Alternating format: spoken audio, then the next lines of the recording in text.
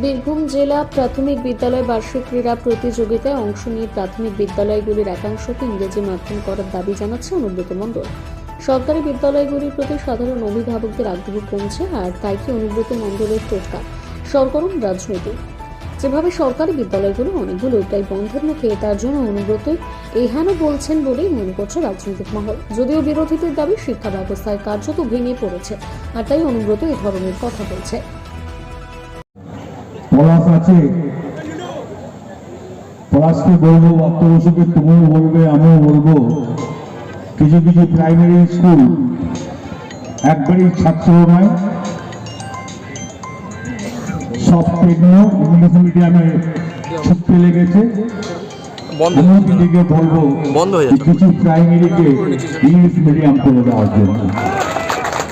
এটা করলে আমার মনে হয় খুব ভালো হবে।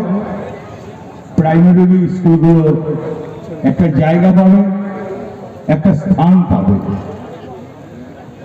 আছেন পুরোর খুব ভালো ছেলে, আছেন মন্ত্রী চন্দ্রনাথ সিনহা, শিল্প এবং কুটির এবং বস্ত্র এবং কারাগার মন্ত্রী আছেন। এখানকার বিধায়ক বিকাশ রায়চৌধুরী,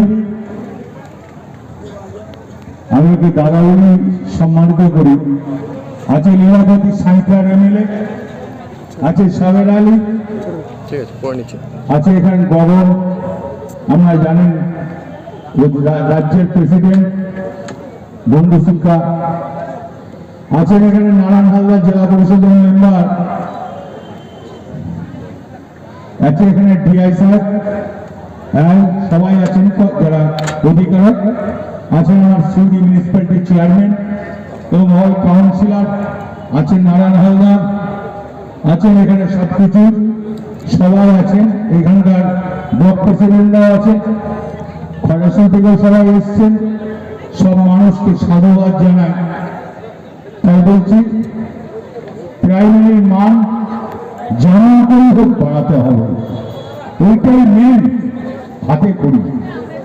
আমরা ছোটবেলায় বলতাম যে প্রাইমারি থেকে হাতে করি, তো সেটাকে আরো তুলে ধরতে হবে।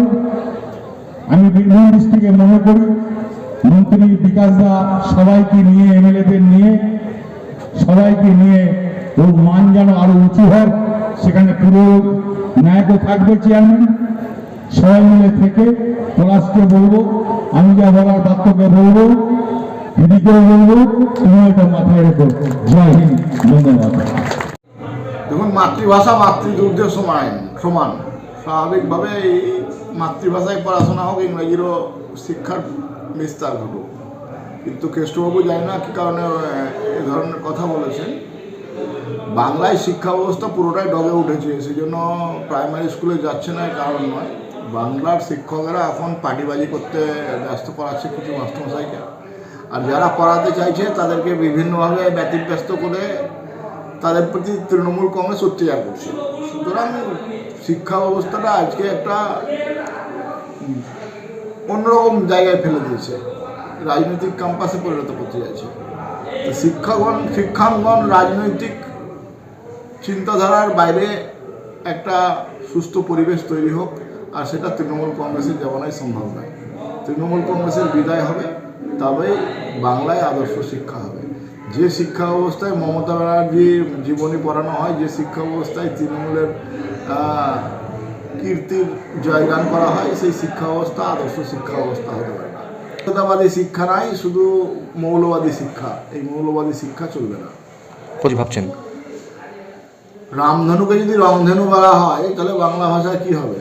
সেটাই হচ্ছে স্বাভাবিকভাবেই এরা বাংলা ভাষাকেও ডুবাচ্ছে, ইংরেজি ভাষাকেও ডুবাবে।